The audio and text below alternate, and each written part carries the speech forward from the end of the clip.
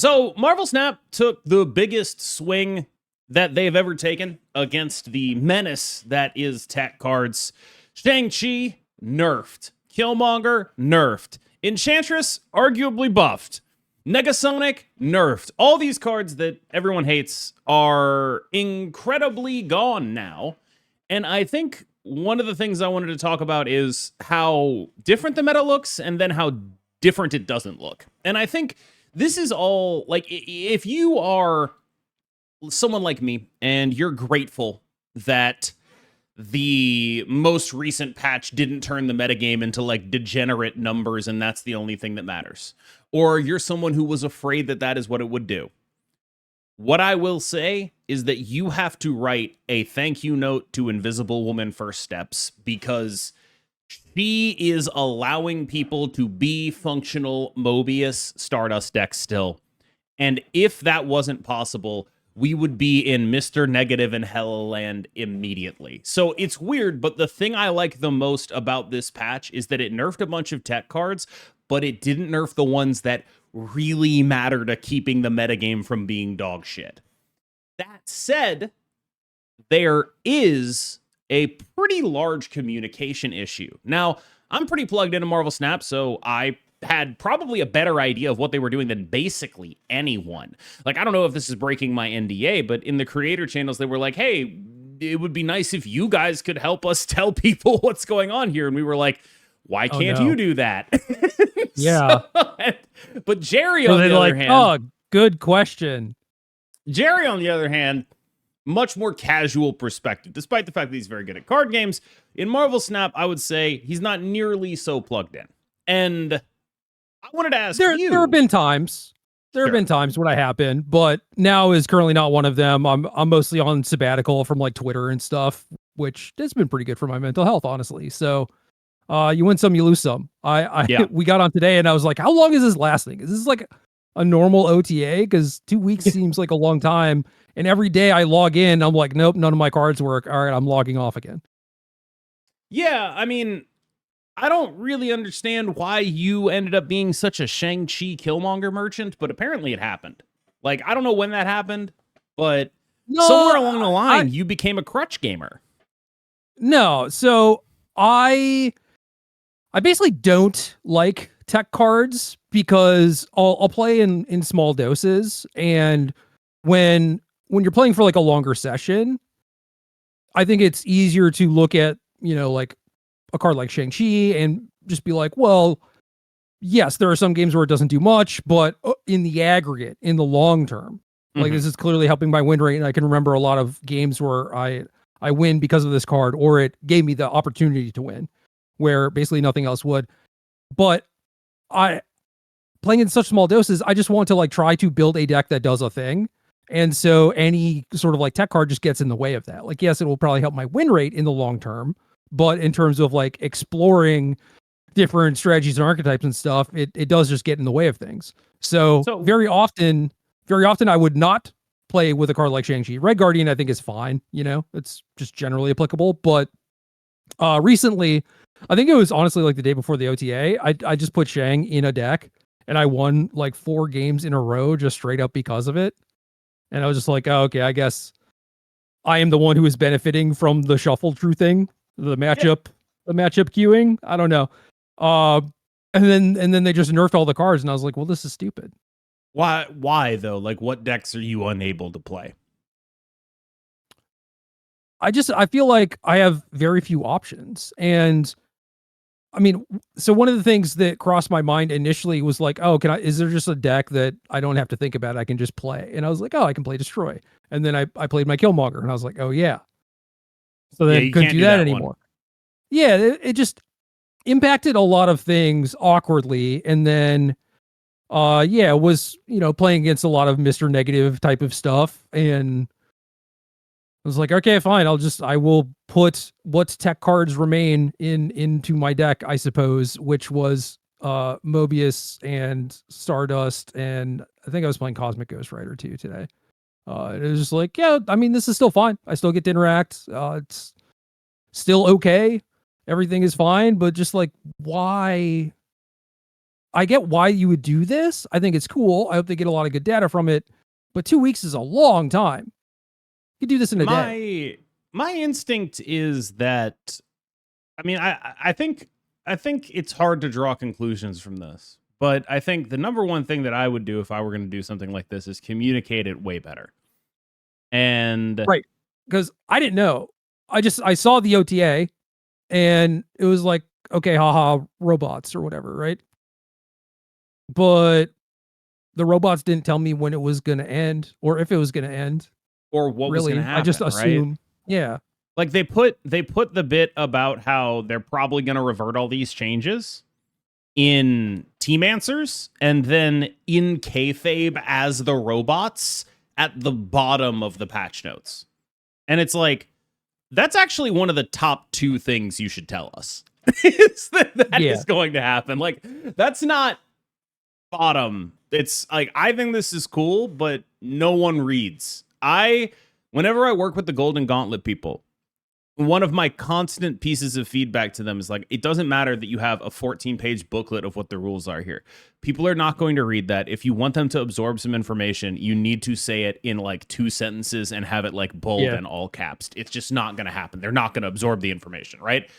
And that definitely felt like it came through here, where it's like, you are relying on your audience being a lot smarter than your audience has ever demonstrated the capacity to be in order to handle this.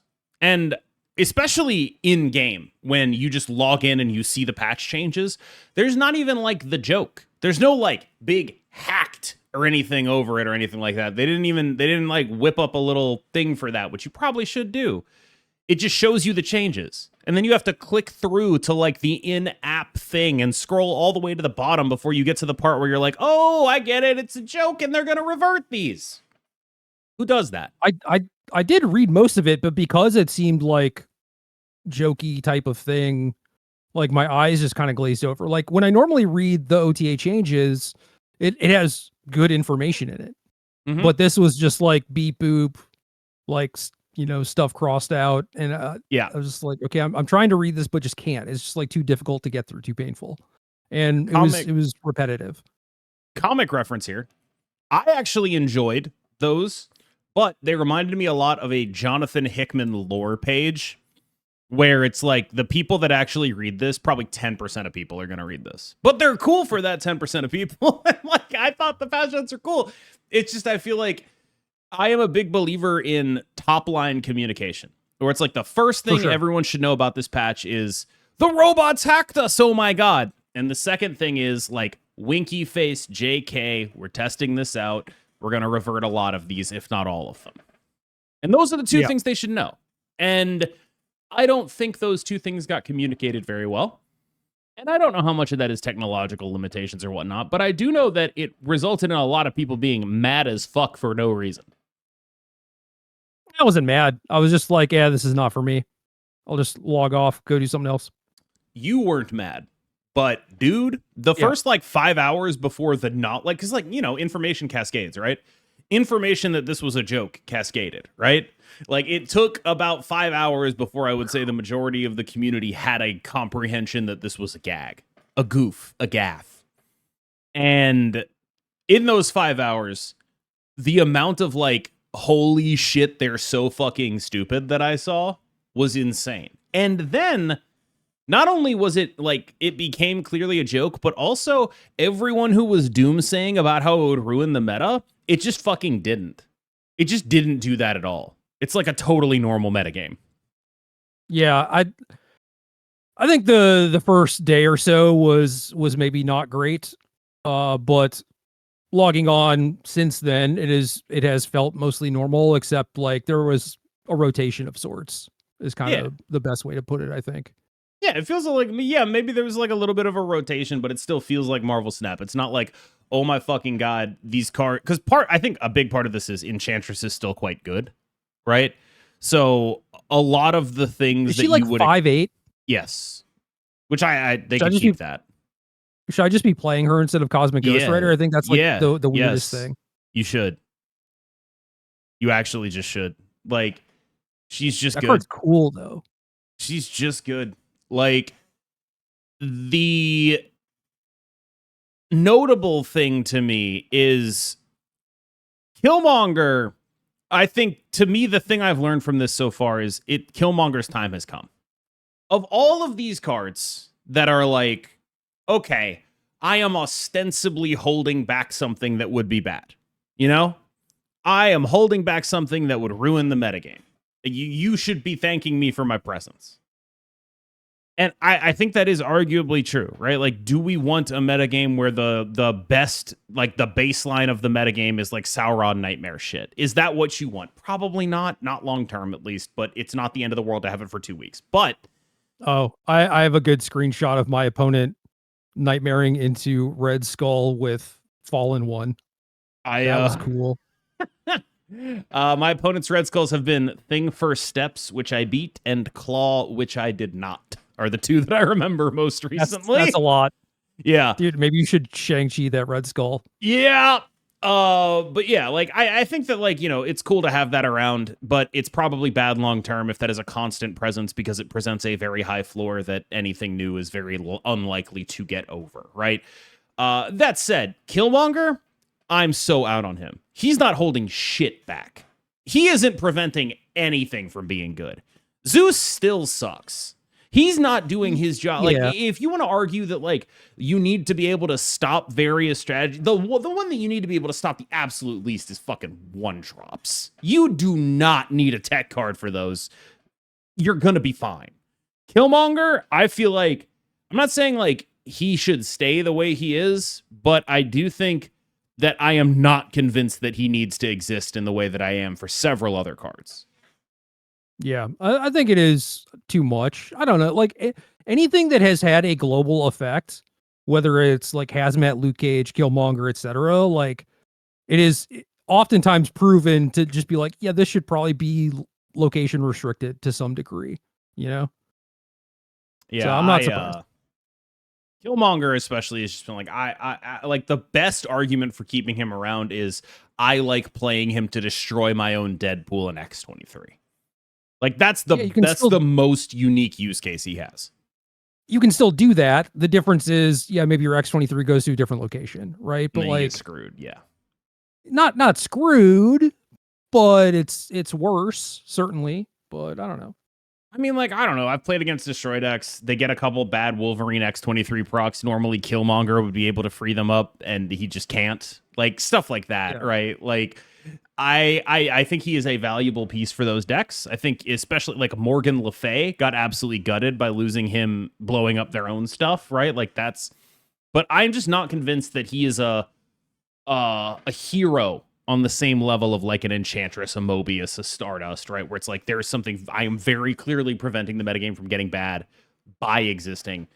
I don't think Killmonger is doing that. I think Killmonger is a heavy-handed tech card in a space that doesn't need a heavy-handed tech card.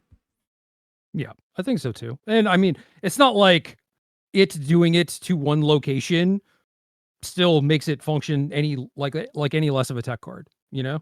Yeah. Like, it still does a pretty damn good job against stuff like Zoo or whatever if it still is only one location. Yeah, just like make it a 3/6, keep this ability. Just 3/6 him. Like, just be like, yeah, 3/6, that's what Killmonger does now. Or like, you know, 3/4, it hits the other locations that he's not played at. You know, just whatever, right? It's pretty close to the same. Yeah. I'm not convinced he needs to exist in the form that he does. I'm just not convinced by it. Whereas a lot of these other ones, like Shang-Chi getting nerfed and suddenly everyone playing, you know, Black Panther Red Skulls, you're like, all right, I get it. Like, all right, you know, like, I'm not saying he's got to be around, but it's like, yeah, I do think we should probably be able to do something about that. Sure. I get it. Yeah, that is the one thing I like about this, is that I do hope that it makes people realize that, yeah, maybe Shang-Chi is a hero in this situation, because it is a card that people frequently complain about, you know, and it's like, okay, we'll take it away, see what happens, see how much you like it. And I don't like it very much. And I hope that other people feel the same, and I hope that they stop complaining, but they probably won't. I think it's cool. Like, I think this is cool to have. I think maybe they should do this to Shang-Chi like once every 6 months or something. Like, I think they should just have just like every so often let Sauron out of his cage. You feel me?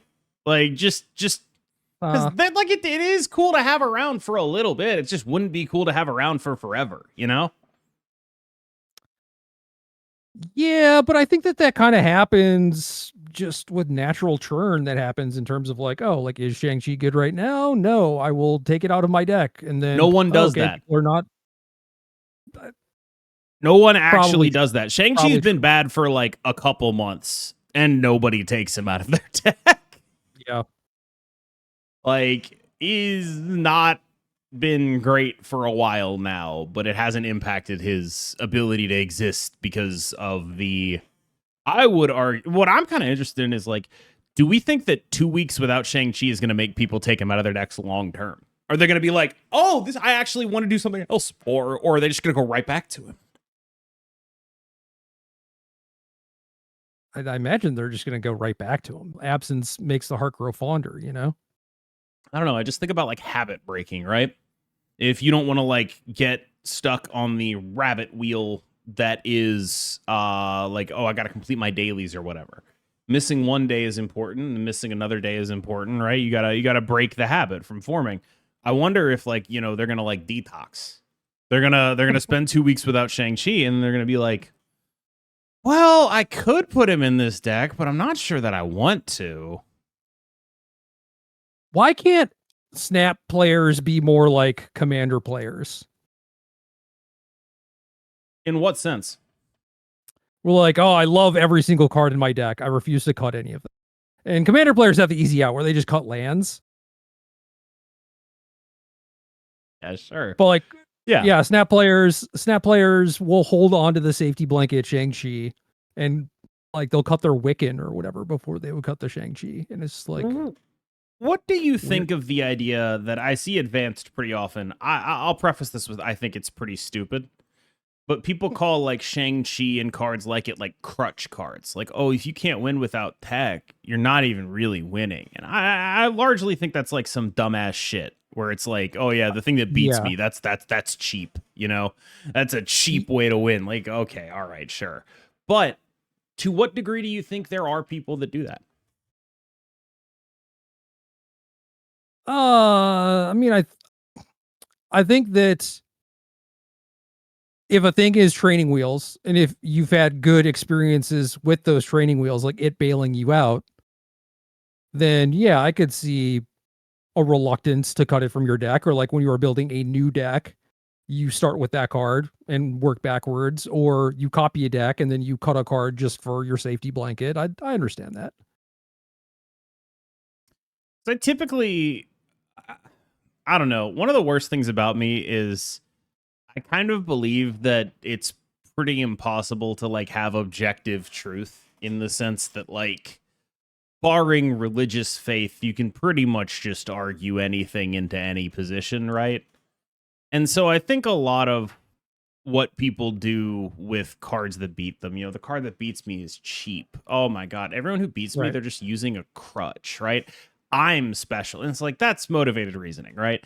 But those people aren't, like, consciously doing that. They just believe that, and then it follows from there that, like, obviously this is something that's like a crutch that a player that's worse than me uses to beat me. And it's like, I don't really think that's happening.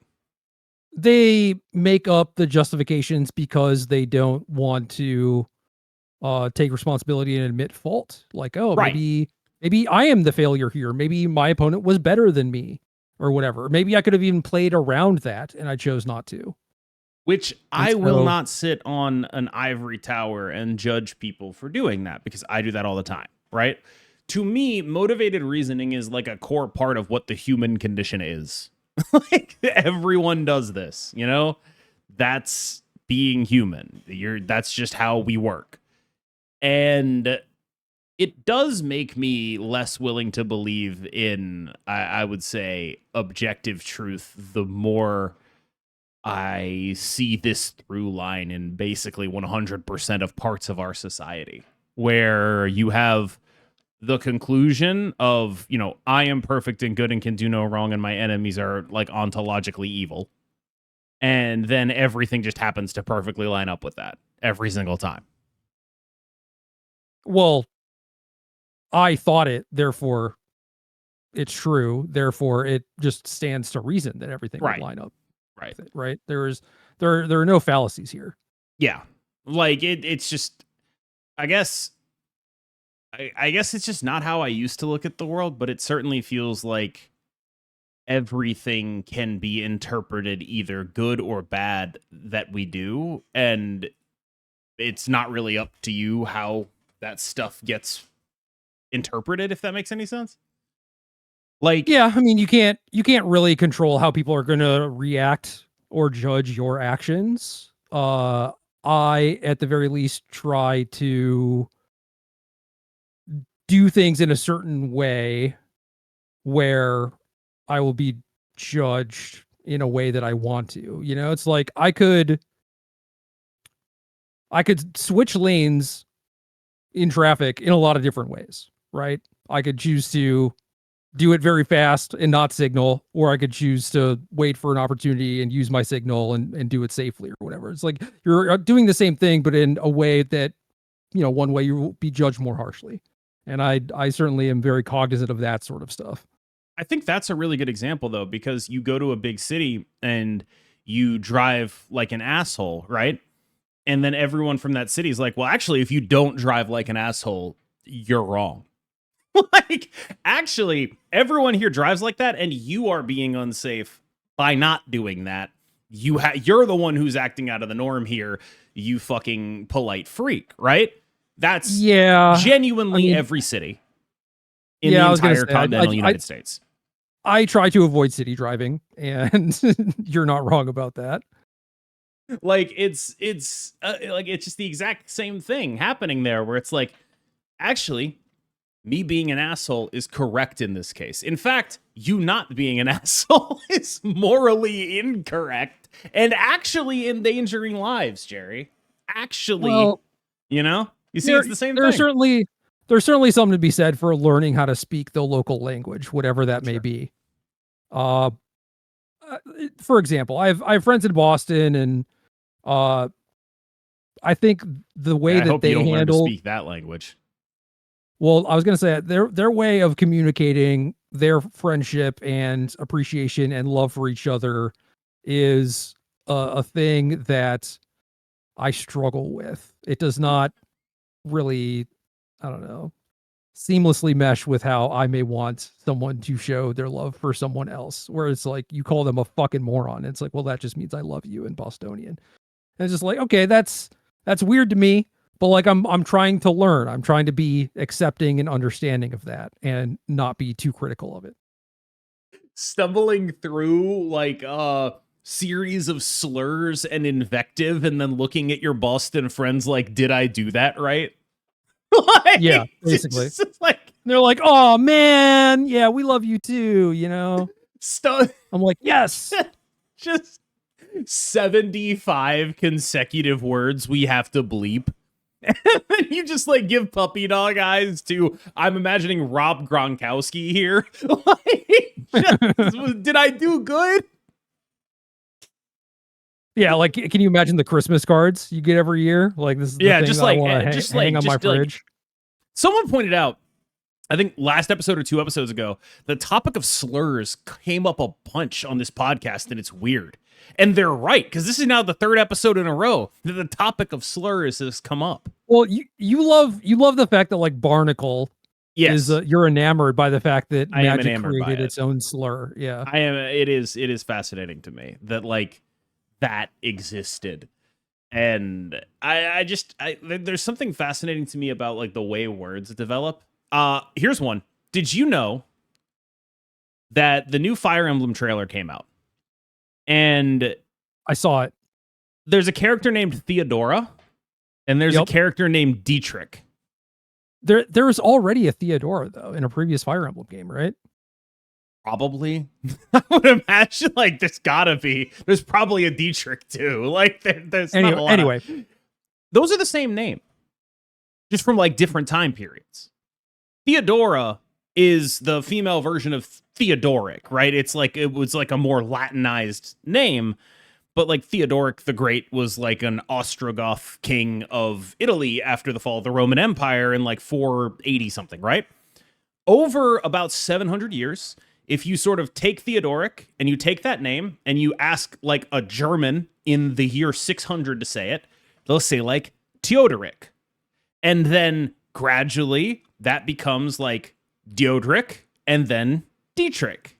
And then you end up like they're the same name, just 700 years apart in human history. Yeah, but they're not the same. But they are actually the same goddamn name. Like, it's like, oh yeah, Carlos and Charles, they're totally different name. They're not, goddamn it. That's the same name. And I feel like I have a mild fascination with the way like languages develop in that way. That's all I'm saying.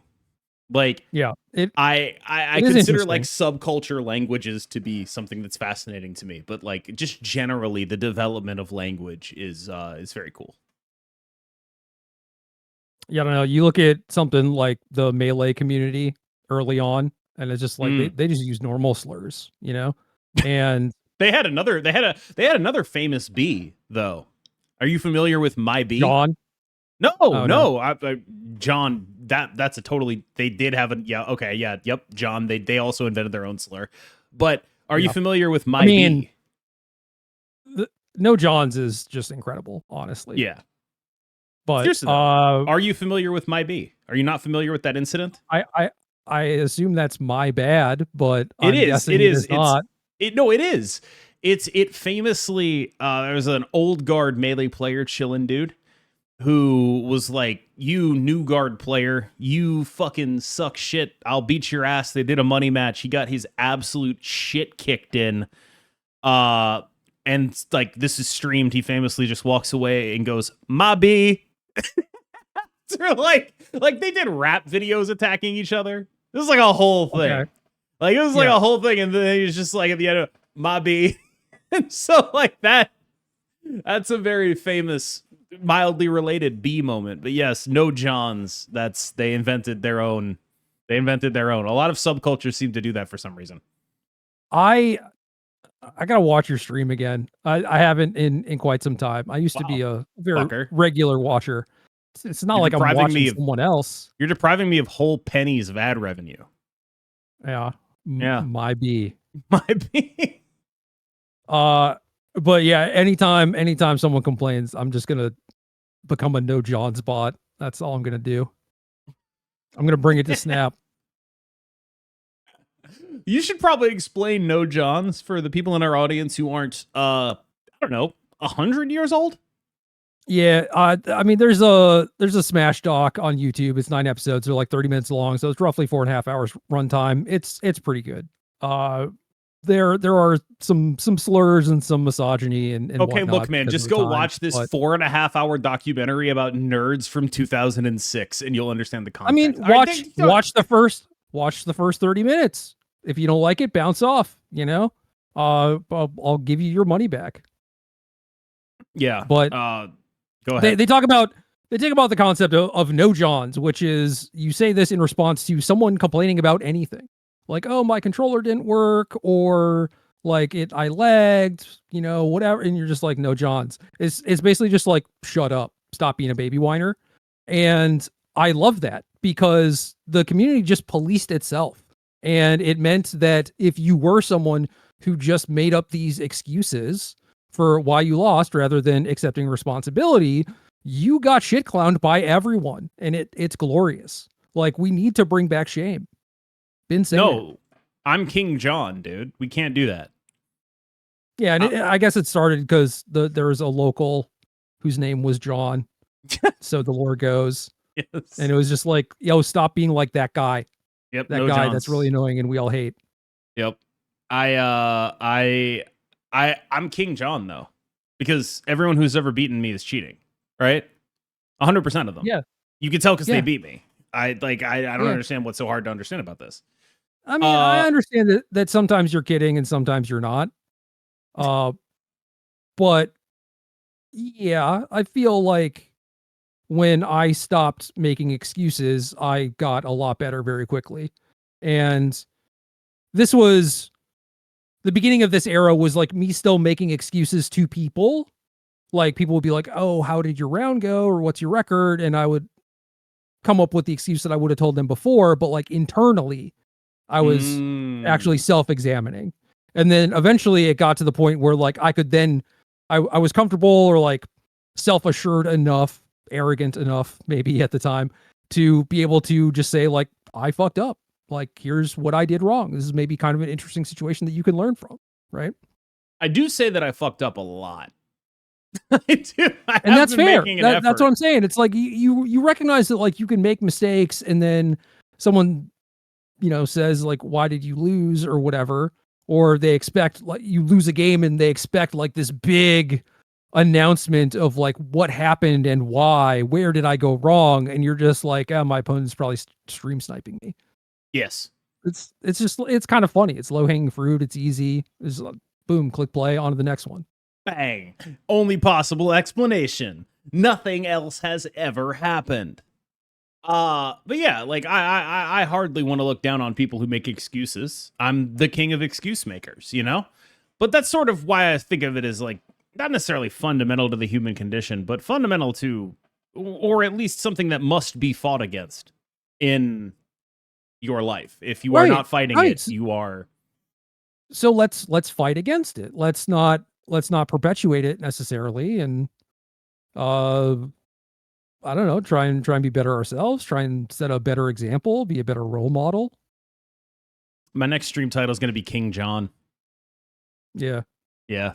It's over for me. It's over for my audience. It's over for frankly anyone who listens to this podcast. I can't believe that we titled the last one I can't believe that I titled the last one "We Are Not a Marvel Snap Podcast Anymore," and we started this with 20 minutes of Marvel Snap talk. It's unbelievable. It's like the amount of we should be fired.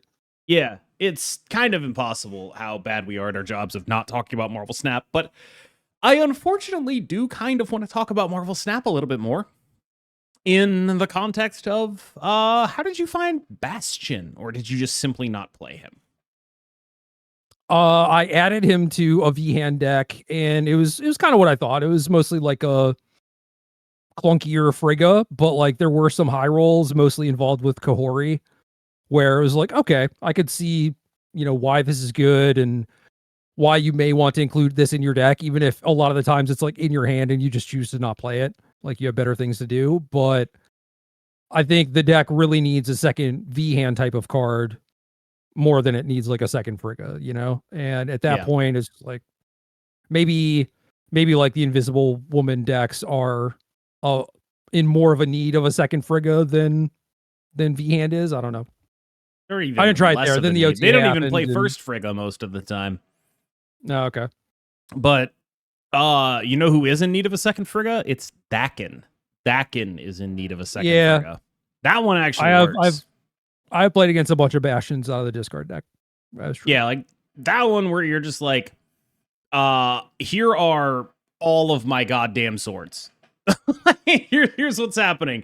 Turn 3, Dakin. Turn 4, Bastion the Dakin. Turn 5, Frigga. Like just a bunch of garbage. Now, it is very difficult to get the swords out of your hand at that point, but I mean, double Bullseye is pretty ridiculous too. When you have, like, say, Morbius Bullseye, Bastion that, play Morbius Bullseye, final turn, MODOK, activate 2 Bullseyes. It's about, I don't know, 80 power in 2 lanes or something like that.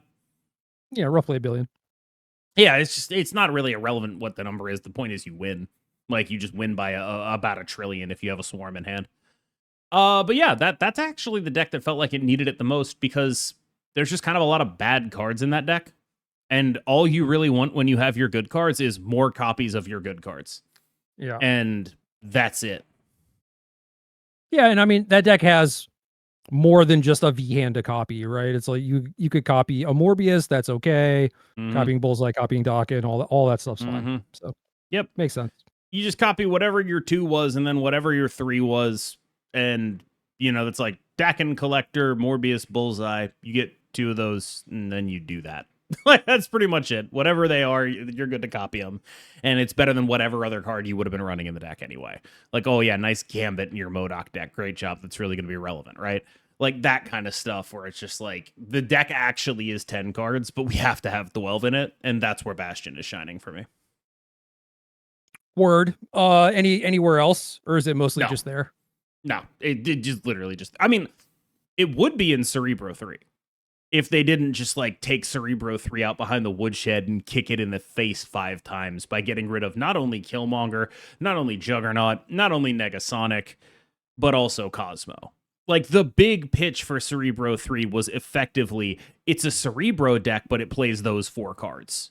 And over the last 2 patches, it has lost all 4 of those cards. Like those are the good cards in the deck, and it has lost access to all 4 of them. Now, luckily, it should be getting access back to 3 of them, probably. Juggernaut's probably staying that way. But yeah. Hope so. And Juggernaut's still amazing at 4/5, by the way. That No, guy I know. is. I know, but that's one of those things where it's like if you nerf a card and it is still just as good or still sees just as much play, it's like, okay, that's a good nerf. Yep. Think there are any of those like low-hanging fruits out there right now?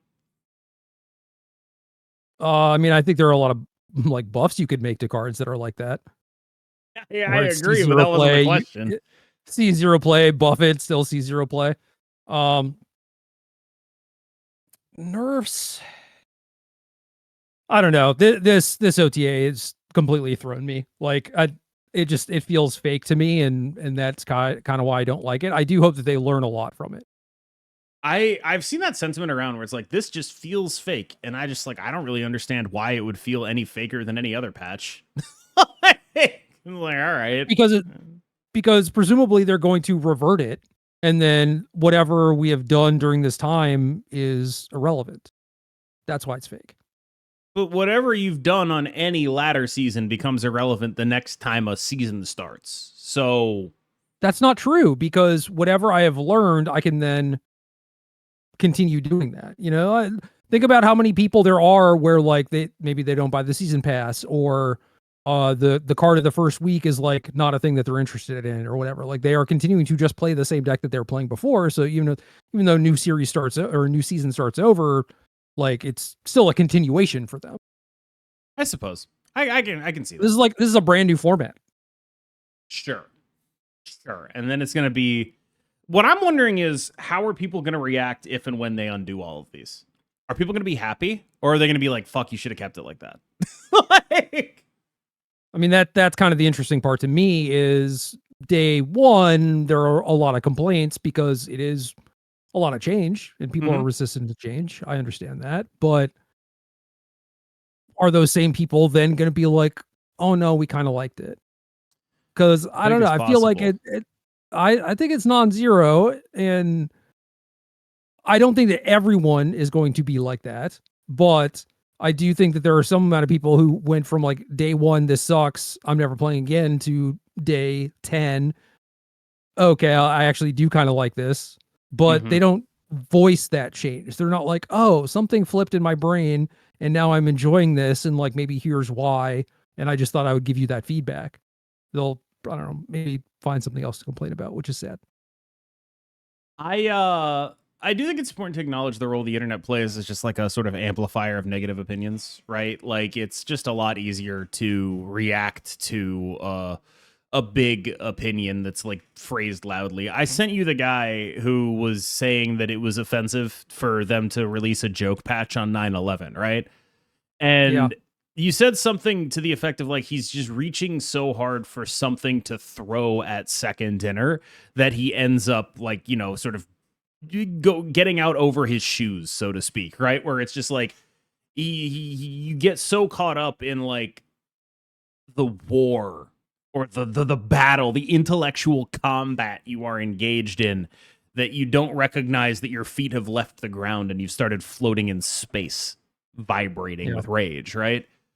And yeah, I mean, it's entirely possible that this is, you know, like a lifetime 9/11 defender or whatever, and it's just I guess for those unaware, maybe you could like, I don't want to like specifically direct anything to this person, and if any of you go and find the tweet based on my description, first of all, I don't know how you will, but I do wonder if it's possible.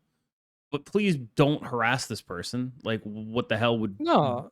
don't like just because someone is wrong on the internet. Like this is like,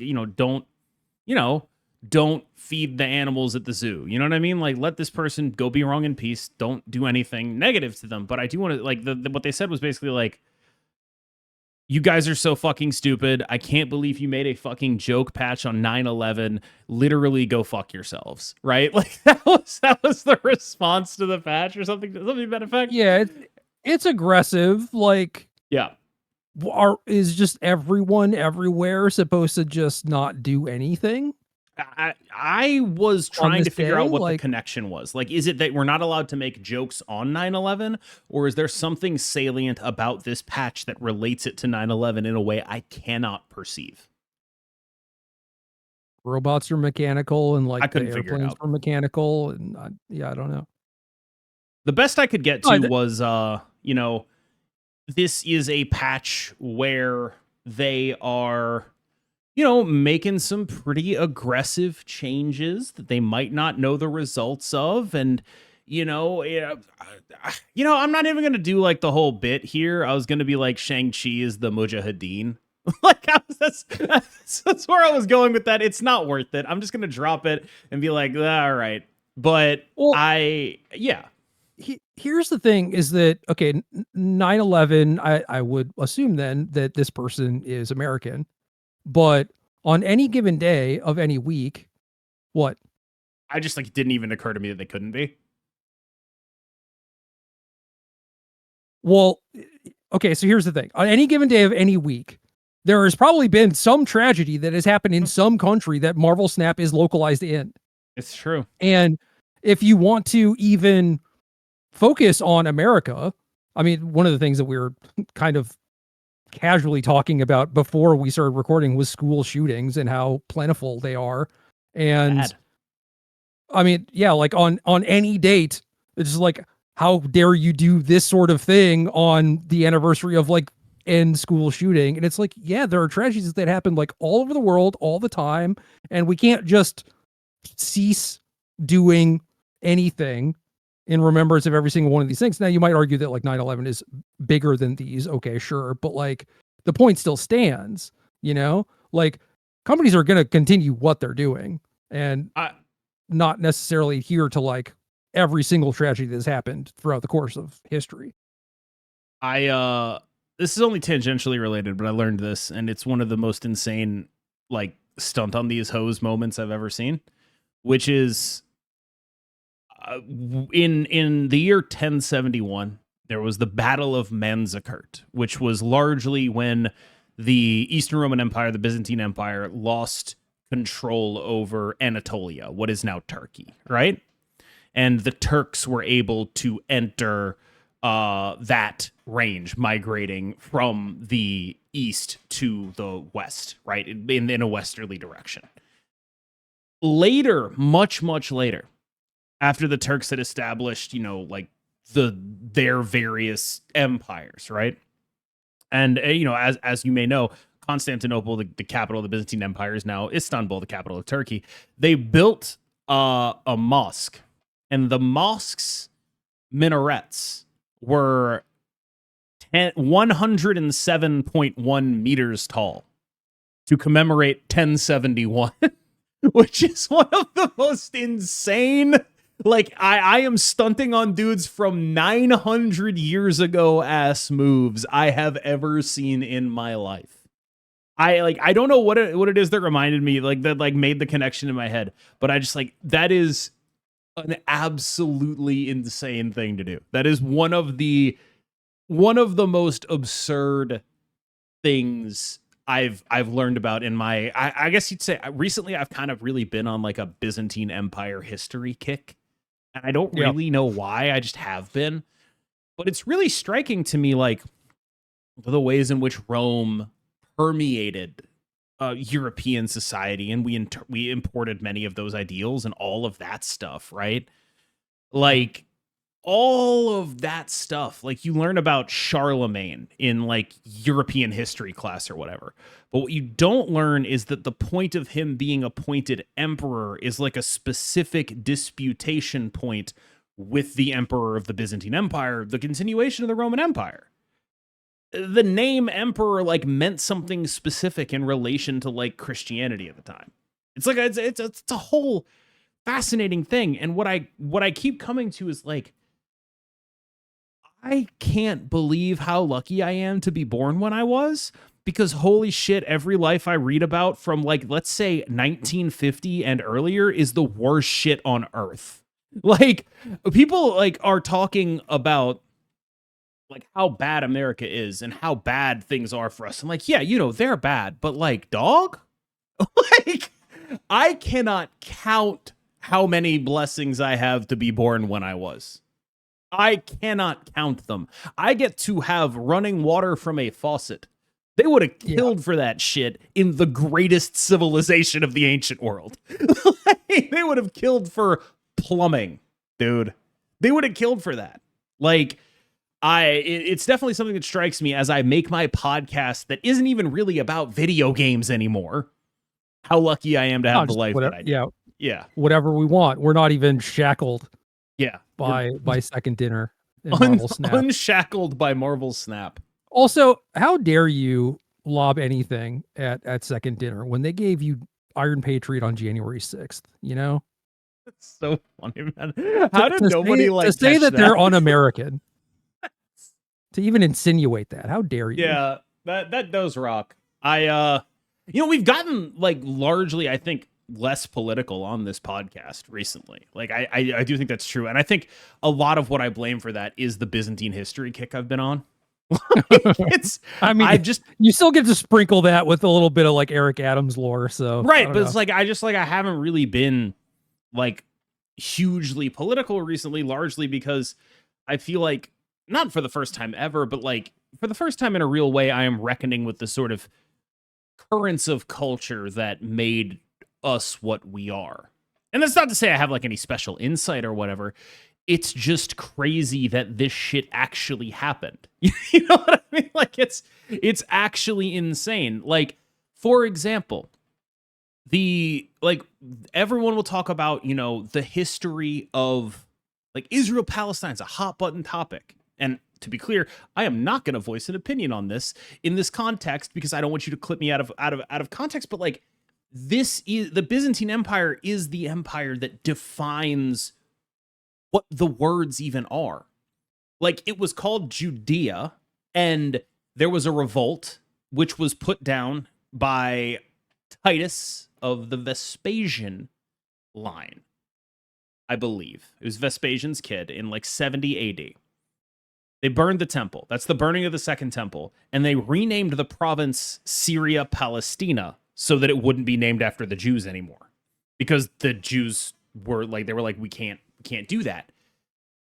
Then in like 600 or so, like 630, I want to say, Islam unifies the peninsula of Arabia and goes into what is then called Syria Palestina, and takes it from the Byzantine Empire, and basically forever reduces the Byzantine Empire to like not a rump state, but like a much smaller state than it was previously. It was like dominating the Mediterranean Sea. And because that happens, the Byzantine Empire is no longer able to protect the Pope in Italy because it has to fight the Muslims on the borders in the east. And the Pope is like, screw this, and appoints Charlemagne Holy Roman Emperor, which is why we have that term, because he's like, you're the real Roman Emperor now. You can actually protect me.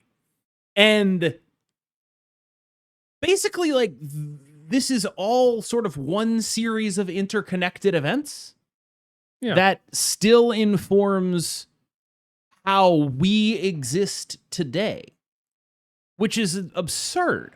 Like, it is a historically legible statement to say that Charlemagne, as Holy Roman Emperor, the Holy Roman Empire, which lasted for, I don't know, 1,000+ years. Not the Roman Empire, typically, like the German Holy Roman Empire, right? That wouldn't exist without Muhammad, the historical Muhammad, pushing the Byzantines to the eastern side of their empire and preventing them from extending their power to the west. Like, I don't know. I just didn't know any of this shit. Like, I realize it's probably not interesting to anybody else, but I just didn't fucking know about any of this shit in a real way. I know bits, but like if you asked me to like lay out the timeline cleanly, I could not, right? Yeah. And I don't know. I history. Okay, so when I was in school, I only did high school. And the last like 2 years of high school, I basically just did nothing, including not showing up for the last 6 months of my senior year. Hell yeah, brother. I graduated with what my high school just determined was a pass. They're like, it's fine, man. You got F's and everything, but we'll just pass you. So that's my education. But despite slacking, never doing homework, like history was the thing that I had an A in all the time. This is like interesting. I took a bunch of classes, but I don't remember it ever being explained in these terms in a meaningful way. Does that make any sense? Like, Yeah, it never felt related to me. They just lay it out as individual facts and not connect the dots. Right. Like, it never felt related to me. Like, why do I care about this? What does it inform about my life? And the answer is tons of shit. Like, yeah, I think my history teacher specifically, like my senior year, did a good job of that. Yeah. But yeah, like it's just, I never really knew about this stuff. Like, there's a battle, the Battle of Yarmouk in the mid 600s. And this is the battle where a Muslim general named Khalid ibn al-Walid, whose name I am probably butchering, who is contemporary with the life of Muhammad. But he lives longer than him, and he is, by all accounts, one of the greatest generals in history. And he wins this battle against what is likely a larger Roman force, and it changes the world forever, because it is what allows the Muslim forces to move into the province of Syria. It is what gets them out of the Arabian Peninsula and into the Levant, and into like access to the Mediterranean Sea. And it is one of the most consequential battles in the history of humanity. There is a very real chance that the second largest religion in the world does not exist in that form without it. And I had no idea about any of it. I had no idea that any of this ever happened. Yeah, well, I think is all of this just speaking to the like on every given calendar date there are like major world events. Yeah. Yeah. Like they're like the most consequential shit in history. And we just have no idea. I don't know about we. I'm sure there are people out here who are like, Cam, you fucking idiot. Everyone knew about this.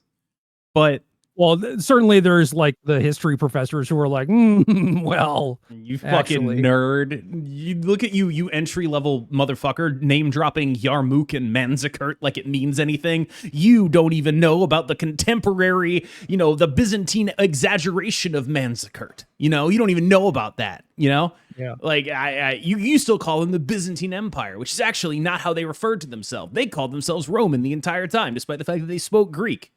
It's yeah.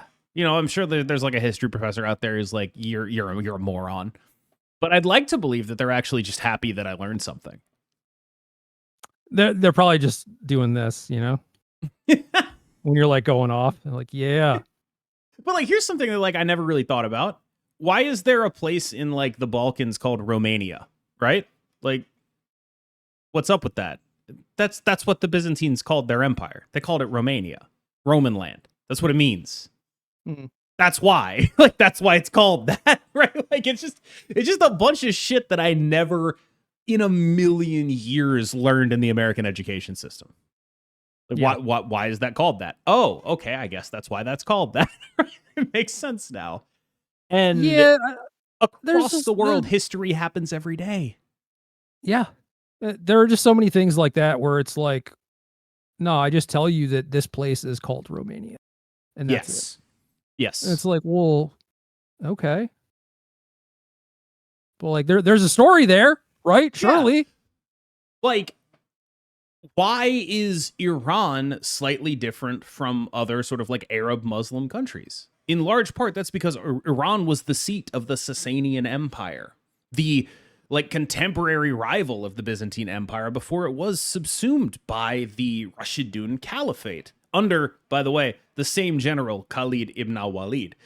He was like the only guy who could get shit done, apparently. Like the literal only guy.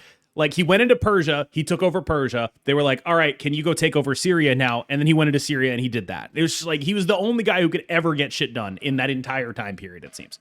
But I think he dropped a my B after every country. Everyone else dropped the my B. He was the guy who was just like absolutely cooking. He was like the LeBron of his era, as far as I could tell. Like I thought dude it was like just... you smoke someone and then you say my B. No. The guy who said my B was the guy who got shit kicked. Oh, the guy who said my B. He spent like 6 months hyping it up about how much he was going to beat this other guy, and then he lost. So if anyone's saying my B here, it's probably Heraclius of the Eastern Roman Empire. Noted. Okay. But yeah, like I don't know. I've been fucking reading. I don't know. I know I'm not supposed to say that. I'm a gamer. I'm not supposed to talk about like reading and shit. But that's but like back in my day, granted, this like when you're on the internet, you are reading. Like, let's be real.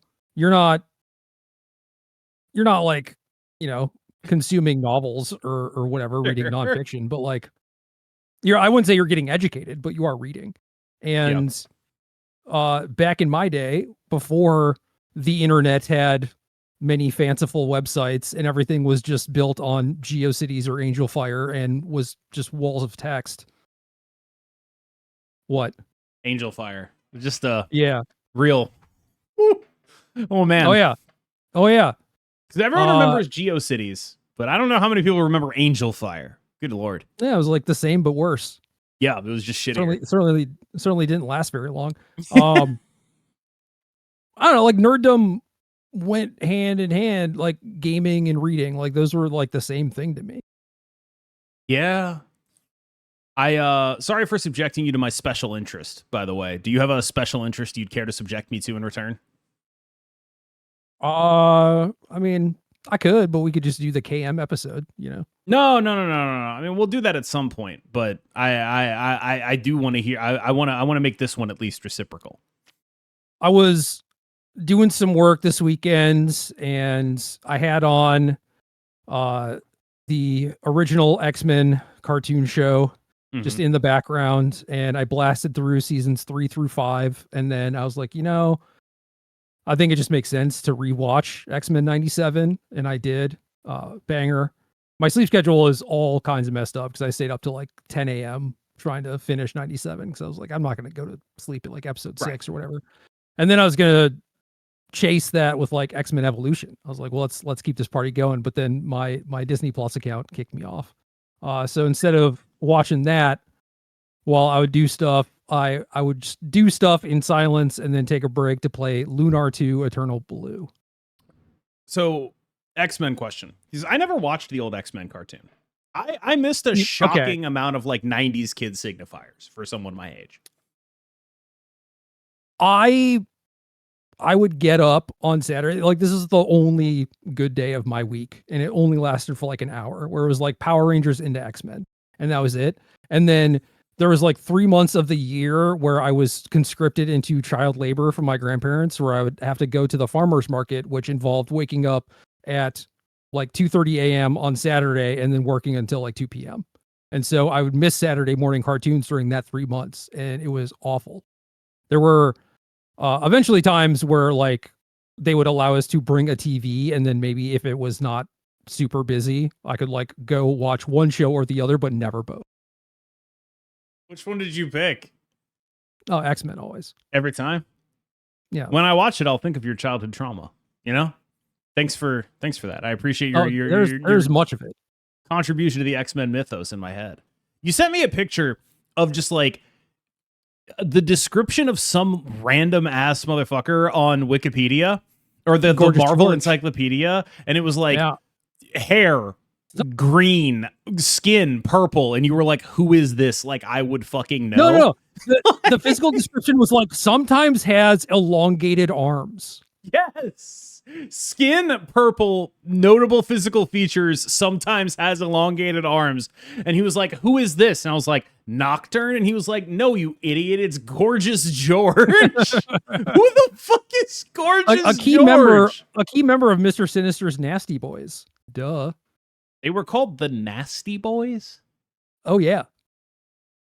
Weren't they called like the Hellions or some shit? Or was that too like they couldn't do That's that? probably a different team. Mr. Sinister, I kind of like halted my reread of Chris Claremont era X-Men, but he keeps showing up with like different rogue, like teams of rogues galleries to just like do things. Like, he just shows up and is like, what's up? Here's my latest, group of genetic abominations. I'm Mr. Sinister. He sucks. he collects like 5 Nutlows and he's like, all right, it's time. I got a plan. That's exactly what he does. It's so sick because in what is actually happening in current mainline Marvel, which I have caught up with 3 different current X-Men runs. I'm like actually a comics reader now. I've caught up with Exceptional X-Men, which is the one that stars Kitty Pryde and White Queen, who Emma Frost, no one calls her White Queen. I'm Marvel snap brained.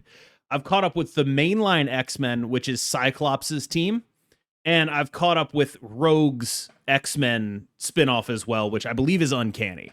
So like there's X-Men, there's Uncanny X-Men, and there's Exceptional X-Men. Those are the 3 I'm caught up on.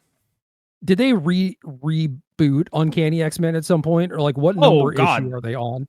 8 billion times, yes. Okay, yeah. They love printing new #1 issues and being like, this will surely be worth something to collectors. Yeah. It's like their version of doing Secret Lairs, dude.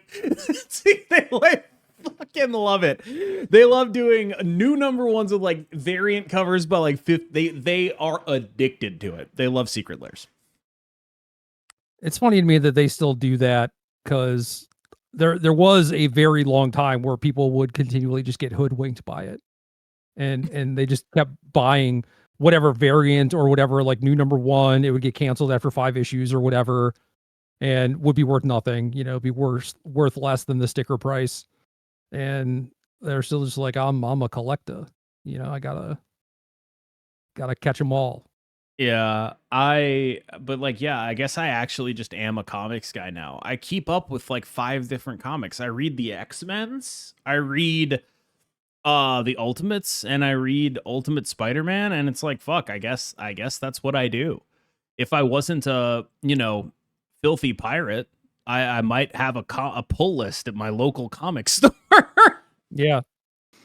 I mean, can't you just, isn't there like a, like, I don't know, Netflix for Marvel comics kind of thing? Can you not just pay like $10 a month to read them all? There is, and I'm really thinking about getting it. Like, that's where I'm at, is like, I think they might actually have owned me enough that I'm going to get Marvel Unlimited.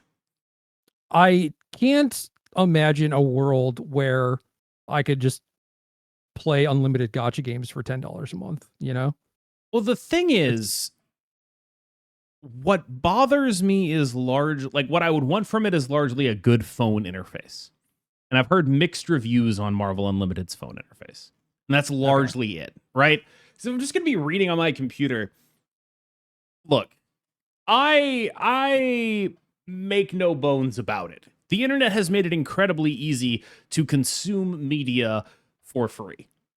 And that is something that comes with various things. But one thing it cannot do is do so on your phone, because the only websites that will allow you to do this are infested with 8 million pop-ups. So I will pay for good phone viewing of things.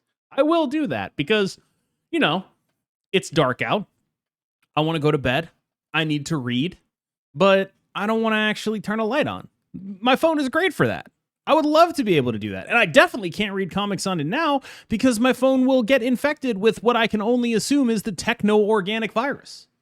Yeah. Like, it just, I can't. It is just, no, it's the phalanx, actually. Yeah. Like, I'm just done, right? If that happens. Hell of a name drop, by the way. That reminds me, I was going to ask you, Other than Gorgeous George, who's the weirdest ass character you saw in your? I think Gorgeous George does win because like his name, and then he's just a pile of silly putty.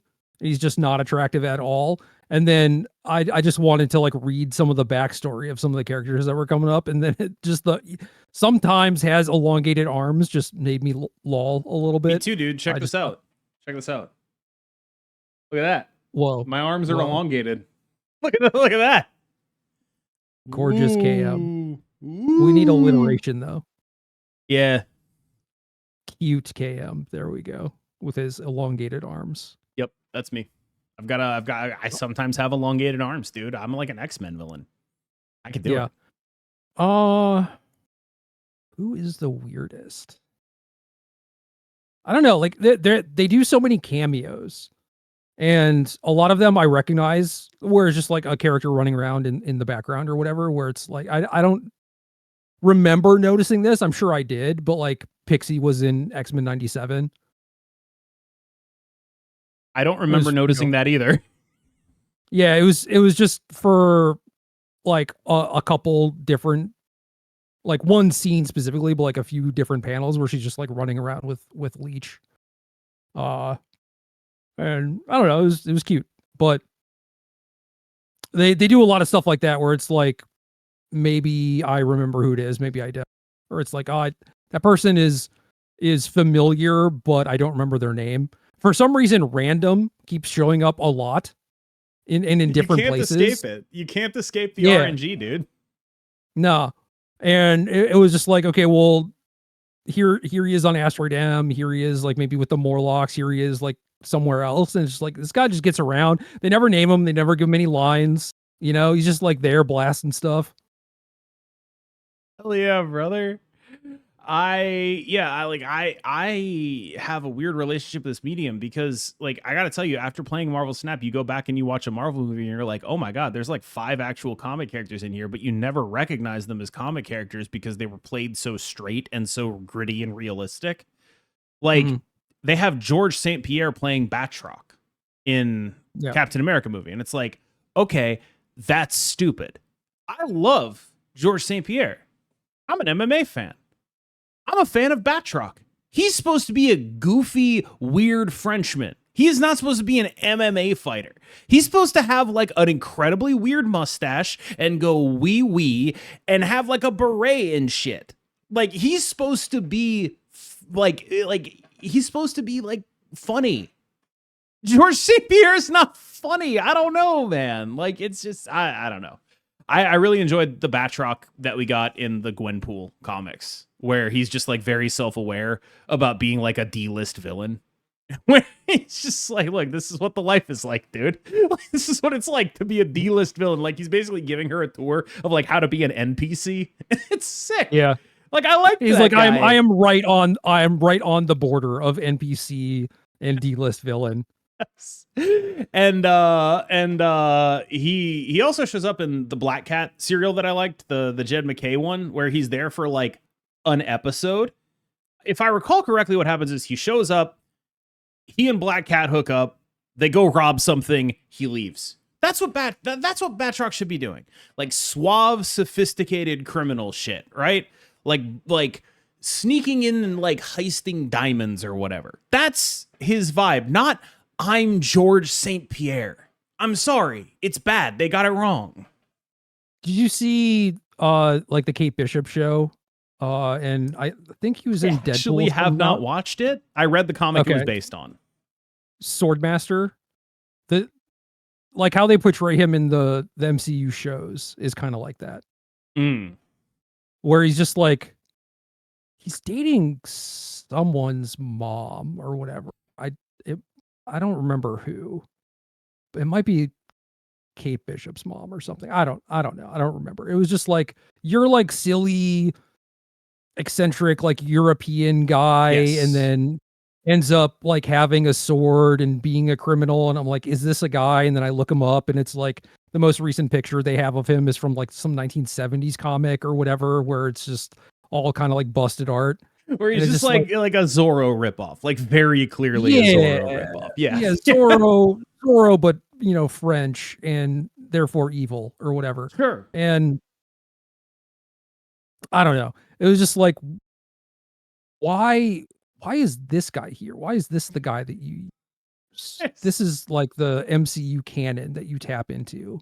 It's just kind of bizarre, but he like they make such weird decisions. It feels like they only just like they stopped being embarrassed of being comic book movies after Endgame, right? But yeah, they stopped being embarrassed of it right when they should have started being embarrassed of it again. Yeah. It's like they stopped like, oh yeah, now it's time for us to do an extremely faithful She-Hulk adaptation, right? Like it's just like the wrong time to not be embarrassed to be a comic book movie. You should go back to being embarrassed to being a comic book movie. But then when I go back and watch all the movies from that period, there's like these gritty, realistic ones. It's like, boy, I don't like these. Like I don't know if there's a good way to do the Mandarin. I'm gonna go out on a limb and say there's probably no good way to do that character past the year, let's say 1920. That character was racist and poorly conceived way back in the day. Like that is a character that like I think you could probably academically examine. Like you could probably, if you were an academic interested in like Western views of Asia, you could look at the Mandarin and probably write a dissertation. Yeah.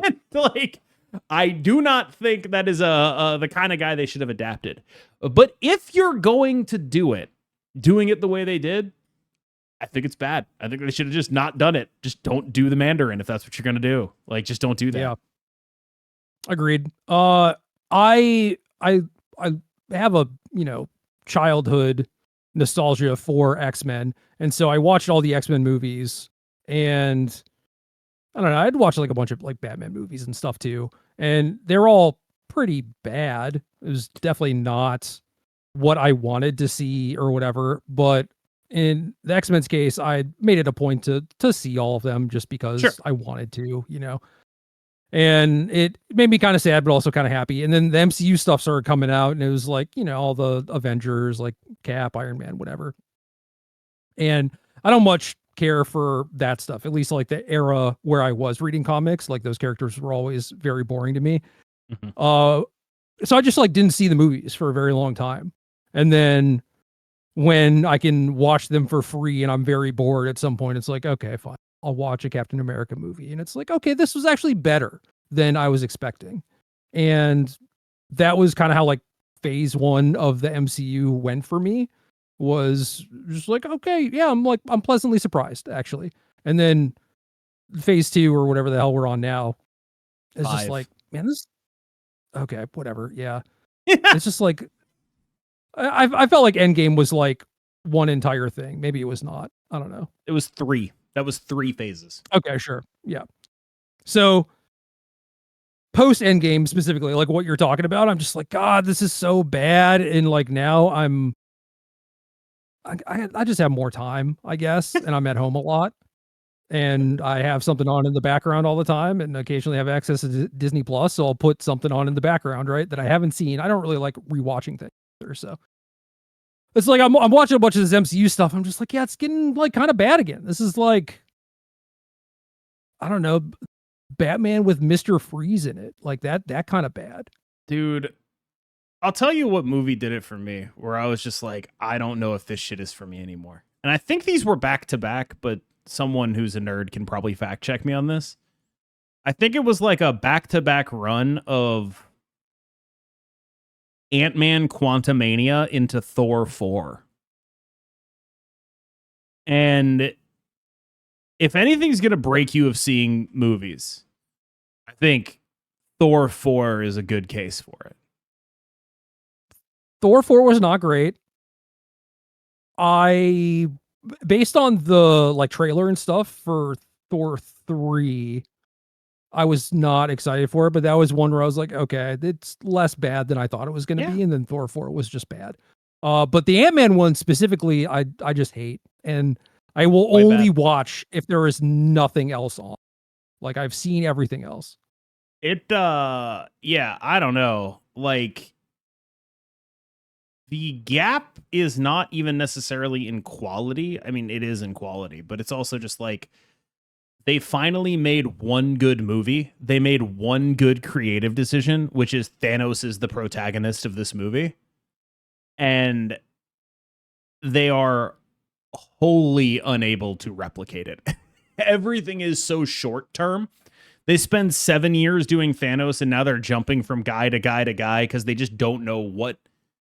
They don't have the patience to do a story, right? Everything, if this movie flops, we can't do the story, right? And so everything just ends up feeling like it doesn't matter. I thought they were trying to do Kang, and then that kind of fell through. They were trying to do Kang, but even if Jonathan Majors wasn't an alleged woman beater, right? Even if he wasn't an alleged domestic abuser, all the responses to Quantumania were, he fucking lost to Ant-Man. What are we doing here? I watch wrestling. What you don't do when you're trying to build up a new monster heel is have him lose in the first match he has. You just don't do that. That's not how you tell a story. And they did that with Kang. And I kind of think even without the Jonathan Majors of it all, he was never going to be that. And they realized it and they were like, whoa, okay, well, I guess we spent $150 million doing absolutely fucking nothing. And then we make ourselves look even worse by not committing to it. So now, if you ask me, what is the MCU about? I don't know. I have no idea. Cameos? What's it about? What's... It's supposed to be about Robert Downey Jr., Doctor Doom. I don't care. It feels like they don't have anything to offer. I don't know. They went from creatively bankrupt to one really good movie, that being Infinity War. And then Endgame was a fine movie, but very much carried by Infinity War. Infinity War is the actual good movie of the two. Agreed. And Thanos is the protagonist. And that's a really novel choice because the MCU had basically had zero memorable villains up to that point. And so it hits a lot harder. They've never replicated anything like it since. And it makes you wonder if they just stumbled ass backwards into it. It's unbelievably bad. I mean, they may have stumbled to some degree, but they did plan it out to have the big showdown with Thanos be the culmination of everything. So it's I think they did a pretty good job with through lines and leading up to that. And now it is so disjointed and there's all these different projects and whatever, where it's just what am I doing? Because especially now it feels to read comics, for the record. Okay. Well, yeah, sure. Good to job, some degree. Guys. Good job, Kevin. I mean, there were stuff like Age of Apocalypse happened when I was reading comics. Mm-hmm. And that was weird. That was honestly kind of similar to this OTA, where I'm just what the fuck is happening? Going on? Yeah. And they did it for 2 months and it was through every book or whatever, right? But I was still just okay, this is compelling enough that I want to read all the books. And then I stopped reading comics, and the first thing I checked on when I finally was I wonder what's going on in comics. I haven't thought about this in 15 years. I was did they ever expand more on Age of Apocalypse stuff? And they did. I went. I thought the punchline was going to be that no, they didn't. They just did it for 2 months and then dropped it forever. No, they brought it back a couple times, and I don't know, maybe in ways that were not satisfactory to me. But I didn't actually read the comics. I just read the Wikipedia pages, and it's now Dark Beast just exists in the timeline or whatever. I don't know. Maybe he's dead. Apocalypse is cool as hell. I appreciate that they designed this character who was a pretty one-note bad guy, and they gradually realized that he absolutely rocked. And they were we have to make him multi-dimensional because he rocks so hard. Dude.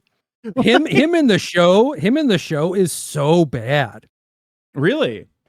He is just so one-dimensional. He's just I'm gonna take over the world. It's bro, you're ancient. Yeah. And this is even one of the episodes, I think in the 5th season, where Cable is just this is in 3999. Cable and his son go to Apocalypse's pyramid. And they're trying to kill him while he's doing his every 100 years he has to rejuvenate thing. And Apocalypse is haha, got you, bitch. I did that last week, and I fed you information that told you I'd be asleep so I could kill you now. And Cable's just like, bro, just give it up. Like, you would think that if you were going to succeed, you would have succeeded by now. It's been millennia. And Apocalypse he just has like come to Jesus moment where he's like, oh shit, you might be right. So then he steals Cable's time travel thing and goes to the center of time, and he's just living there, learning how to control time. And then he comes up with like some grand plan that is also dog shit. But like, yeah, Cable's just like, dude, you're a hack. And he's like, you're right. He rocks. Like, but every other time he's just like, I'm gonna kill you, I'm gonna take over the world. And like that's all his voice lines are. It's so weird. He like they realize they hit such a home run with his design. Have you ever noticed how he just like has tubes coming out of his arms for no reason? Yeah, what for? He's got all the powers. If you Wikipedia it, like you go down there, like they'll be like they are aesthetic. The tubes don't do anything. They're just there. He's just like, I need some fucking tubes. But it's funny because you look at someone like Bane. You look at someone like Bane. Yeah. And he just like he juices himself, right? It's like, okay, go after those tubes. What are you doing? And then Batman just like, I'll punch him in the stomach. That'll get him. But like maybe he's just because he's fought Apocalypse in his decoy tubes. He's like, I know that the tubes are a double bluff. Fool me once. Yeah. Fool me once. Fool me once, shame on tubes. Yeah. Yeah. Fool me tube times, you don't get fooled again. I do think that it does sort of rock that they keep doing like different things that recontextualize Apocalypse. Like, did you know he has a wife? I think I read that at some point, but her name is Genesis. She lives on Mars. Oh. And I was assuming it was going to be like a human wife. Oh, no. She's like a mutant wife who's supposedly stronger than he is. Like when she went out to fight the demon horde of Amenth, which again, as far as I can tell, Mars. They left him behind because he wasn't strong enough. Yeah. So he married up. Yeah, he married up. And he is also, yes, it's Genesis and Apocalypse. It's not the subtle. most. Yes.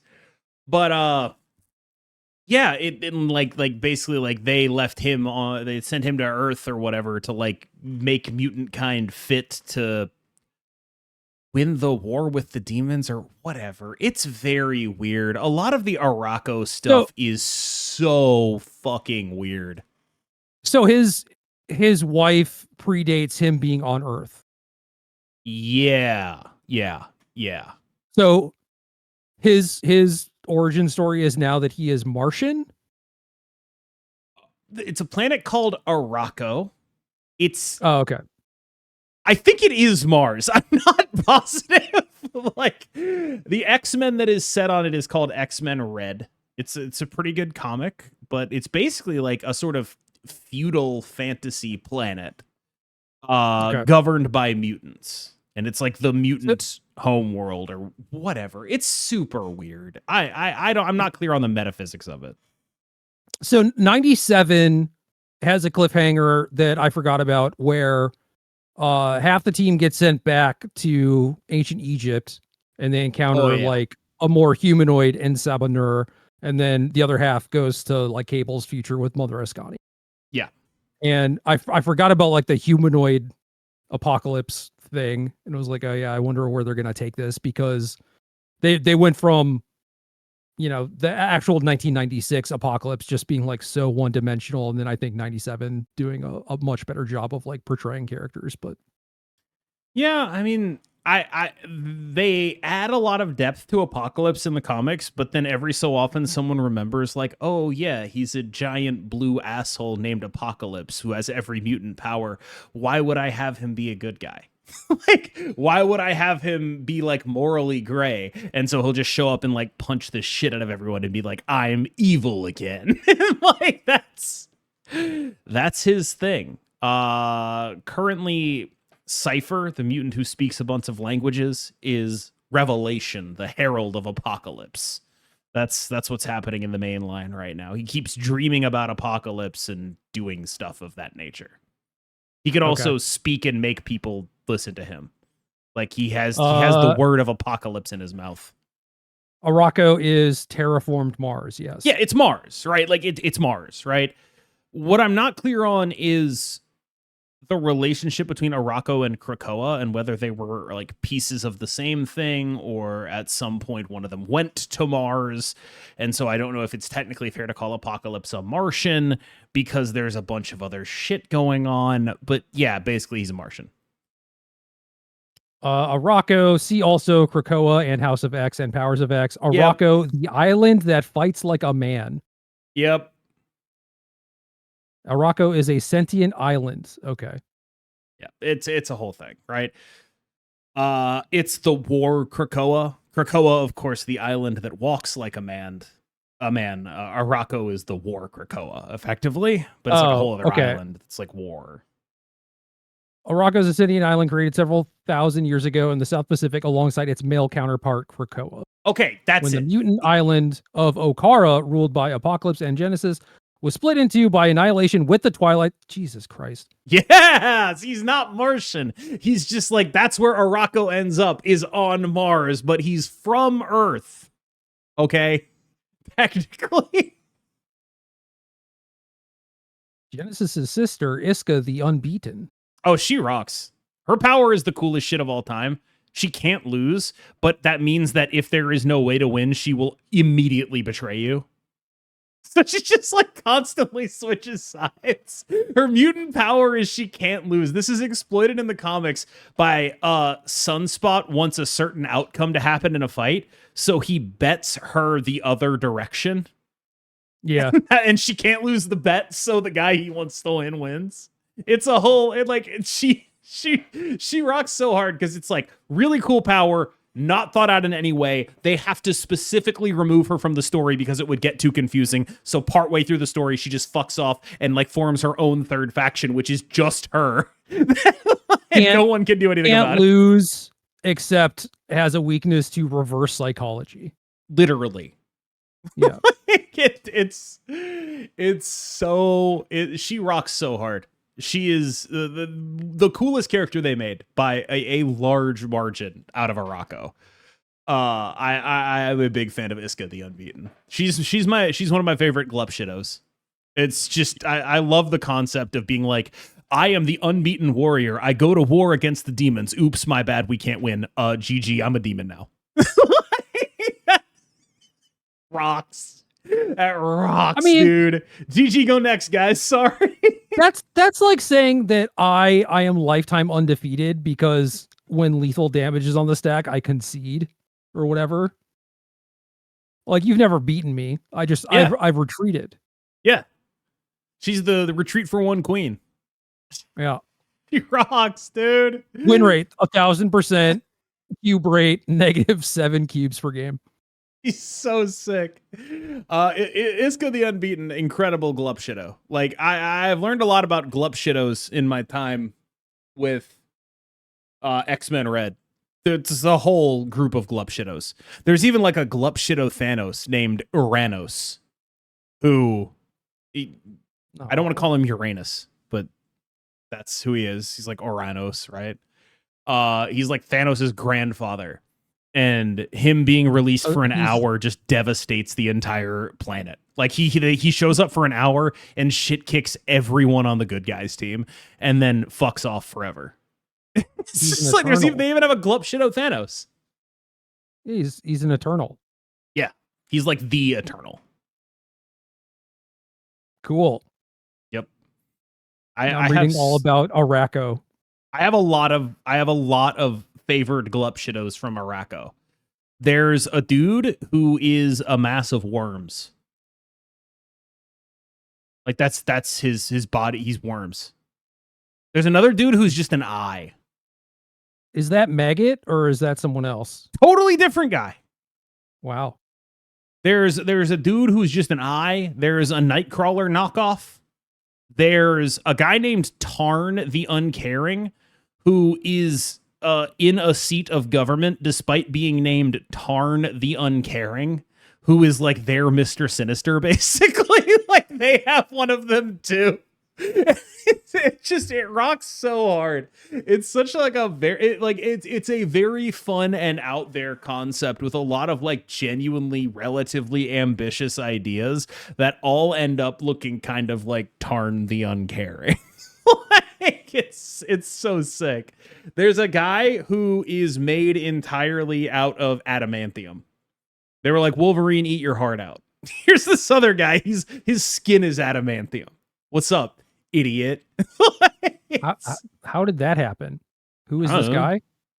He's just a mutant. He's a mutant. His skin is adamantium. Eat shit Colossus. Eat shit Wolverine. He's just okay. He's the coolest guy ever. That's his apparently Maggot is two worms. Yeah, made of worms. Just two worms. That's bitch made. You got to be like 400 worms, dude. Look up the Quiet Council. Give me some names on the Quiet Council. Oh, not the Quiet Council. Maybe it is the Quiet Council on Aracco. I forget what it's called. But just Google here. I'm going to give you a name, Sobunar, and then just like click whatever his organization is. Sobunar. Souban. Sobun. Sobunar. Ar. Yes, Sobunar. He is the master of the seas. He's like Aquaman, but he's actually a member fish. Member of the Great Ring of Aracco. That's it. Yes, the Great Ring. That. Yeah, no, just click that. Those are the incredible Glup Shittos here. Members. Current members. Oh, they got a day, dawn, dusk, night. Yeah, they do. System, it's a whole thing. Like Foundation. Kobak, Lactuca, Lotus Lactuca's Logos, the eye. Lactuca's literally just an eye. Aura Serrata. Wait, no, that's Xylo. the eye. Sorry. Aura Serrata's the eye. My bad. Sizia. Yeah. Siza is the Nightcrawler ripoff. Siza of the Smoke. Clan. Yeah. Sounds like a Wu-Tang Clan member. Weaponless Zen. Weaponless Zen. Yeah. Z-Zen. I don't know. Adjunct Aracco Redfoot. Okay. The one that starts with an X, I'm pretty sure is the Worms. Oh wait, you dropped your sound dropped, I think. I'm here. Words business. Okay. Zen, I'm trying to remember which one's the Worms. No. Doesn't look like Worms. All right, you're gonna go black for this, but we're an hour and a half into the podcast, so I don't think anyone cares. The Great Ring of Aracco, but we don't want the current membership. We want the older membership, which is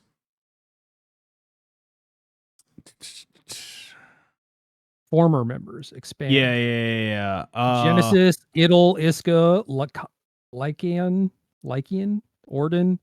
Who's the Stormtar, Nameless, Sobunar, Ukesh. Maybe he merges with the Fisher King at some point. Ukesh looks like an old man. Xylo's the Worms. Xilo. Xylo is the Worms.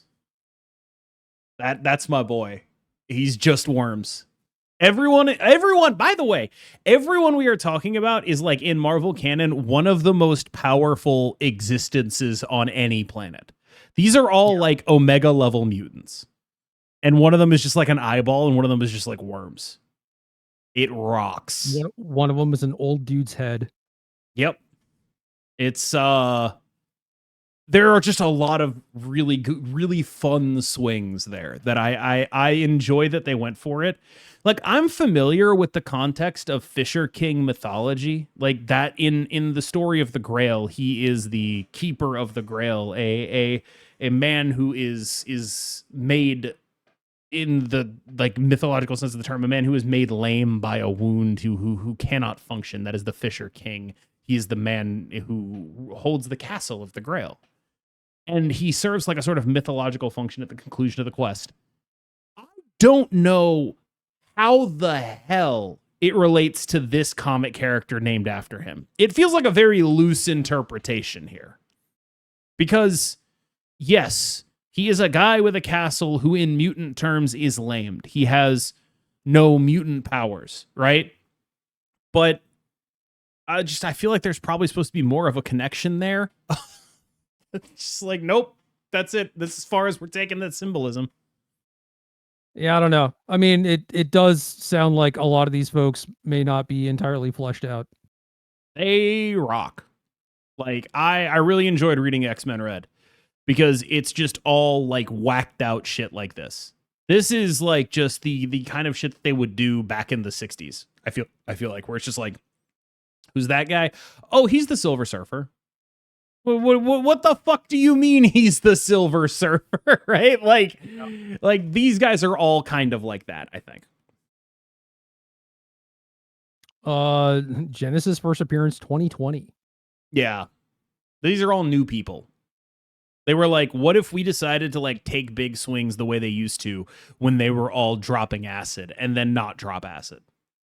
Yeah. And it's like, guy that's a bunch of worms. Ball o' worms. He's a bunch of worms. Like, I don't know. I'm not saying we need to introduce Al Ewing to psychedelics. Maybe he's already familiar, but it couldn't hurt. You know? It couldn't hurt. And I just, yeah, like, I think they just took a lot of Silver Surfer style swings where if you like actually sit there and look at the Silver Surfer for like 2 seconds, you're like, man, that is one of the dumbest things anyone's ever done. But yeah, he coasts on like Aura from 70 years ago now. You know, he gets to get away with it. Whereas Aura Serrata, no aura, ironically. Well, it's like they are pulling from mythos for the MCU movies, and it's just like, okay, we'll do Swordmaster and Batroc and like these dudes that have existed and have been put into stories just because like they exist. And some guy is just like, you know, writing his first run on some book and is like, oh, I'll use Batroc for this storyline. No one's used him in a while, you know? Yeah. And now they're just like, yeah, let's introduce 20 of these dipshits and say that they're the most powerful ever. And they've just been, I don't know, chilling on Mars. Yes. While all this shit has gone down. Yes. And no one's ever heard of them. Cool. Yes. That is literally the story of Aracco, and it rocks. It's sick as hell, dude. It's a great Storm book. If you're into Storm, I would recommend X-Men Red. At least like the Sentry thing was, I think, as how you explained it to me, is like, well, he's Superman and he's always been around, but like we had to like purge him from everyone's memory or whatever. Yeah. And it's like, okay, that makes sense, but you can't do that for every new dipshit that you make, you know? Yeah, you're telling me that this group of Omega level mutants were never like, you know, the planet we came from, people are treating mutants really bad and we should do something about that. Not one time. Not one time since Apocalypse and Genesis, which were like 4,000 years BC. So in 6,000 years, they weren't just like, should we do something about that? Well, if Apocalypse is a little bitch compared to Genesis... Yeah, that's what I mean. Then it's just like, clearly he's just beneath them. And if everyone else who is beneath Apocalypse is just so minuscule, it's like, we are not worried about the trivial lives of ant colonies, right? Oh my God, dude. There's a mutant. His name is White Sword. And he is the world's most biggest badass. He like went out into the demon world and sat there and just killed 1 million demons every day. He's a mutant healer, so he just sort of effectively is immortal, and he extends his mutant to his like 100 followers, right? And he's so completely insane and strong that when Genesis went to go fight the demons, they ended up stumbling upon him, and he was by that point so far gone that he just fought her, and they won. Anyway, this guy is introduced for the purposes of being a plot device, never expanded upon, and then killed off screen. Nice. There's so much investment in lore that goes absolutely nowhere. It's really incredible. Trivia: Apocalypse's younger good clone, Evan Sabanur is also called Genesis. There's an Evan, a clone of Apocalypse called Evan. It's just a little kid. The Wikipedia page has a quote from Zenpool. What the hell is Zenpool? I'm assuming we're in non-canon world here at this point, right? This has to be non-canon. No, Evan Sabanur, Earth 616, dude. Oh, death. 2019. First appearance 2011.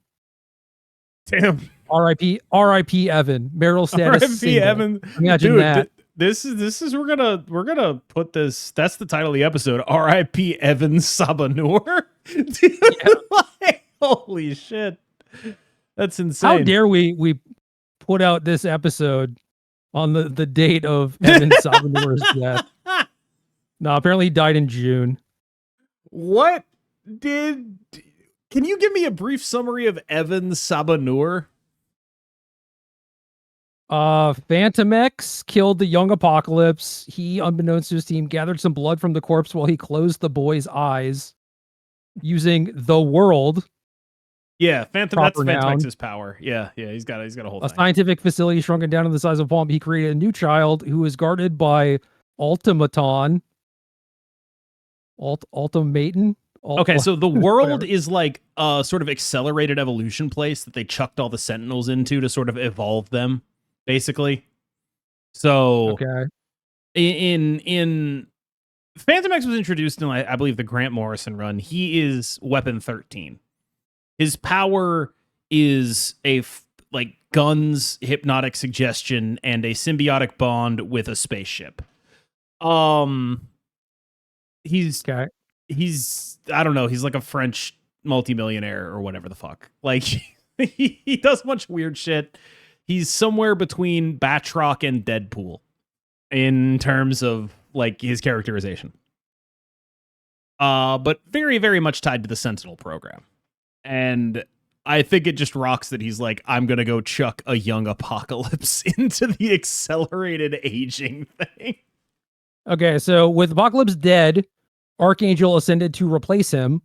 As a last-ditch effort to defeat Archangel and save the world, Phantom X unleashed and Sabanur. In the life simulation the world provided, he had been raised as Evan, a good person and a hero, calling himself Genesis. He tried his best to defeat Archangel, which allowed Psylocke the opportunity to attack him with a life seed. After the battle, Phantom X decided to send Evan to the Jean Grey School for Higher Learning. And then there's just a panel of Evan with his like Apocalypse face, but like terrible haircut and in a suit, just looking like a nerd.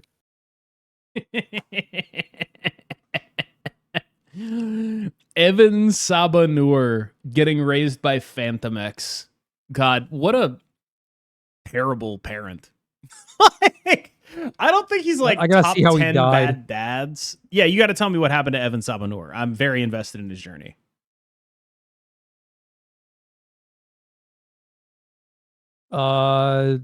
Omega Red killed him.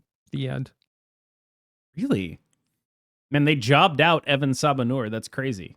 Omega Red? Really? No, it's like it's weird. Yeah, if you're a clone of Apocalypse, I mean, I guess like he absorbed a bunch of different powers, right? But like, I guess his teammates were beaten up, and so he's like, I guess I'll just solo Omega Red, and then Omega Red impaled him with a tentacle, and then Evan blew them both up. So, in Iska terms, a win.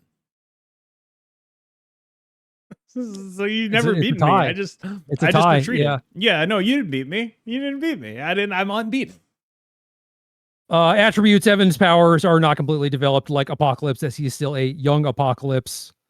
And until now, he has demonstrated the following powers, and it's a laundry list of things that should kick the shit out of Omega Red. But, you know, Like, weakness to tentacles, apparently. hey, man, there but for the grace of God I go, right? Yeah.